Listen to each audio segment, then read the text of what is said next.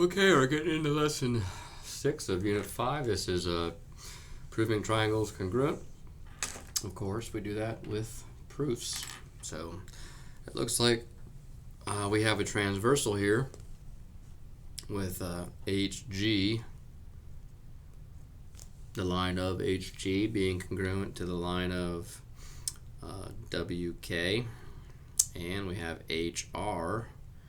I said congruent, I meant parallel, and HR being parallel to MK. So here's HR, and then I'll have a red set of parallels, HR being parallel to MK. Okay, that means we have, let's see, a green transversal. This is my green transversal, cutting my green set of parallel lines.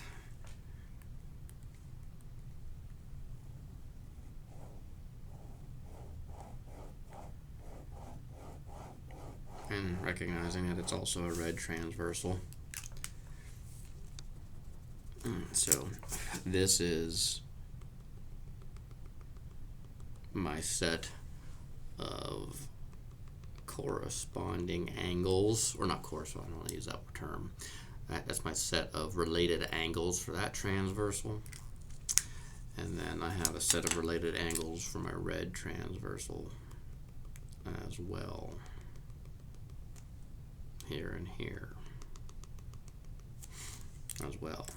They would be if these continued on, if these lines continued going here, they would show more congruent angles. So I'm going to go ahead and put those on there as well.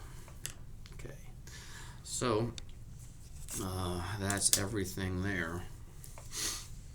So I'm not going to mark all this up because I'm not sure which ones I'm using yet. Okay, so what are we getting into here? All right, so it says use the given information to show question. So the what questions, or to complete the incomplete proof. All right, so there's a lot of things that this would say. Let me back out, I guess, a little bit on this. So there's a lot of things. It says complete the statements, complete the reasons, right? You need to look ahead to see what you're trying to prove at the very end in order to even get started on here. So I'm going to go with pink to show we're trying to prove here that, I'm just going to say prove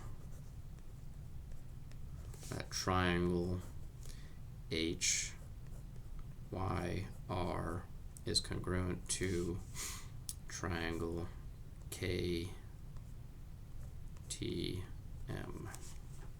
Alright, so where is triangle HYR? The triangle HYR, that's this triangle,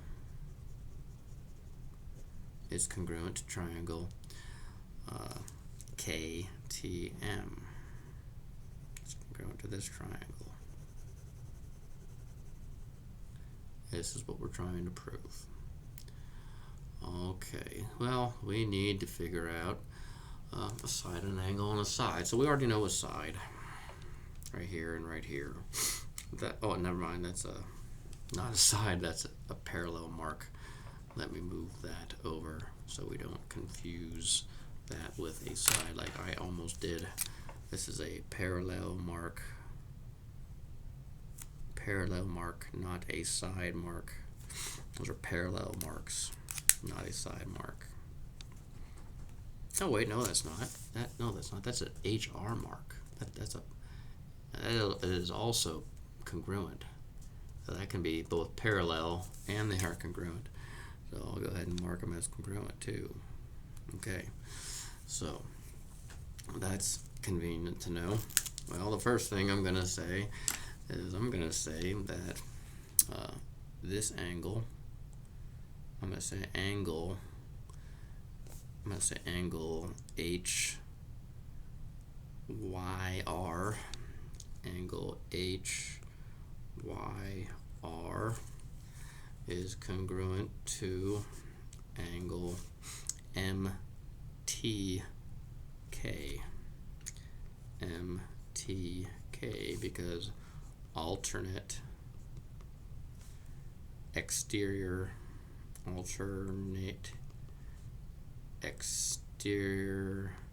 angles are congruent. All right, and then it also tells me that HR is that's given. Okay, cool. So I have that these two angles are congruent, this one here and this one here. So I have an angle, and then I have a side, and then let's see if I can figure out another side here. Oh, I can. I'm gonna get rid of this thing and move it over to here so that I can tell you, I can show you. These are parallel marks. These are parallel marks, and these are congruent marks. Okay. So since I know that these are parallel, these two lines here are parallel, I can say that these are related angles, and I'm going to say that is a, let's see, what kind of angles would those be if that extended that way and this extended that way. Those would be those would be on this, let's see, that is on the alternate, they're alternate, and they are on the inside. They're on the inside of the lines. So those are alternate interior angles. Alternate interior angles are congruent, and that is angle. That's angle. I'm gonna make those red. Make those red so that they're easier to see a little. If I extended them, it's kind of easier to picture as well. Okay, so that's an alternate interior angle. This angle here and this angle here is what I'm going. So that's angle HRY. Angle HRY is congruent to angle KMT. Angle KMT. Alternate interior angles are congruent. Alright, so that gives me an angle, another angle, and the side opposite of one of those two angles. The green single angle, make this a double angle. It's a double angle. So the green single angle is opposite of the red single angle. And so that makes that these two are congruent. Right, so I'm going to say that angle HTYR is congruent to angle KTM by the angle side congruence theorem. Theorem. Or this is a postulate. No, this is a theorem. Theorem. Alright, so that's the first one. I'm not going to bother filling out the stuff here. I used the table. Okay, so next we have this quadrilateral here, and it says that WP bisects NPR, so it splits it right in the middle, and that W and that NP is congruent to PR. So NP is congruent to PR, and if WP bisects NPR, then it means that these two angles are equal in measure, because it splits it directly in half. That's the definition of bisecting angles. So we're going to go ahead and work through these two here. So so the first one says, well, what is they give us the givens.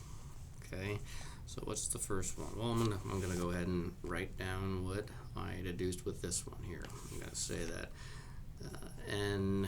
NPW is congruent to RPW, the angle of RPW, because that's the definition of an angle bisector. That's the definition of an angle bisector. Sector. All right. Oh, I probably should actually see what I'm trying to prove. It's obvious that I'm trying to prove that is it because the chapter is triangle congruence. I'm trying to prove that triangle WNP is congruent to triangle WRP. So anyway, all right, so back to this. The next thing was tell me the reflexive property. So it's pretty obvious that it wants me to say that the only thing that the two triangles share, the only component that the two triangles share, is this line segment. So I'm going to go ahead and just say, yep, that's the line segment that the two triangles share. I'm going to mark that as a double dash line, and that's WP. Right, so line WP is congruent to line WP.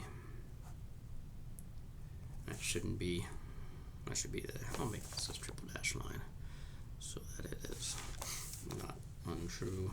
Right, so